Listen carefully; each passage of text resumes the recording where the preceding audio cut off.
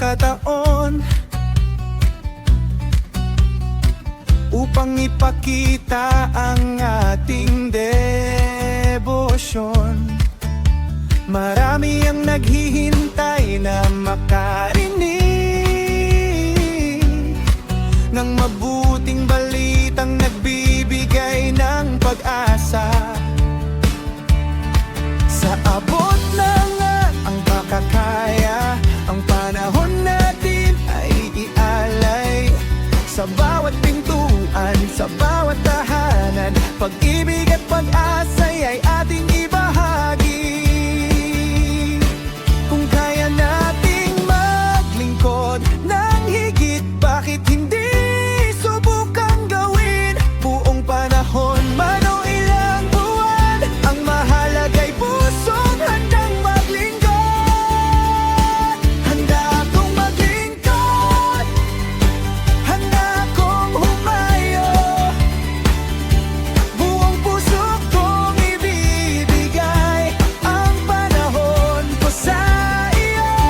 Payunir man ang buong panahon o sila'y sa bawat pagkakataon. Taglay ang diwa ng pagpapayunir, pag-ibig ko'y aking ipapakita.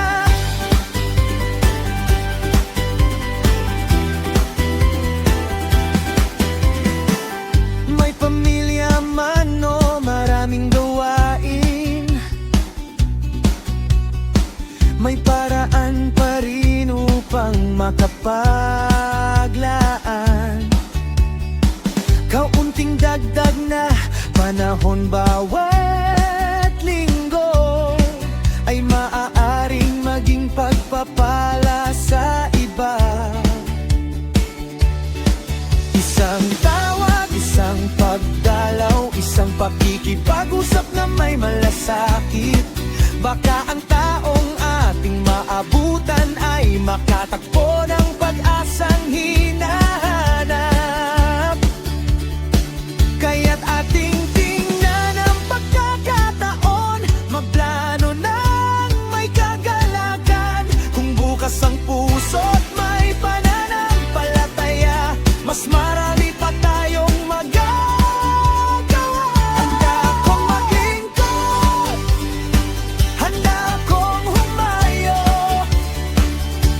Buong puso kong ibibigay ang panahon ko sa iyo.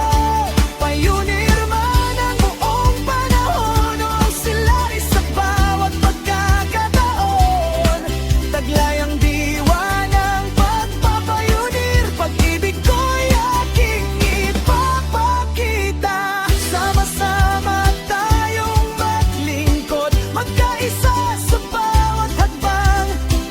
Ang kabataan at matatanda, lahat ay may bahaging magagawa.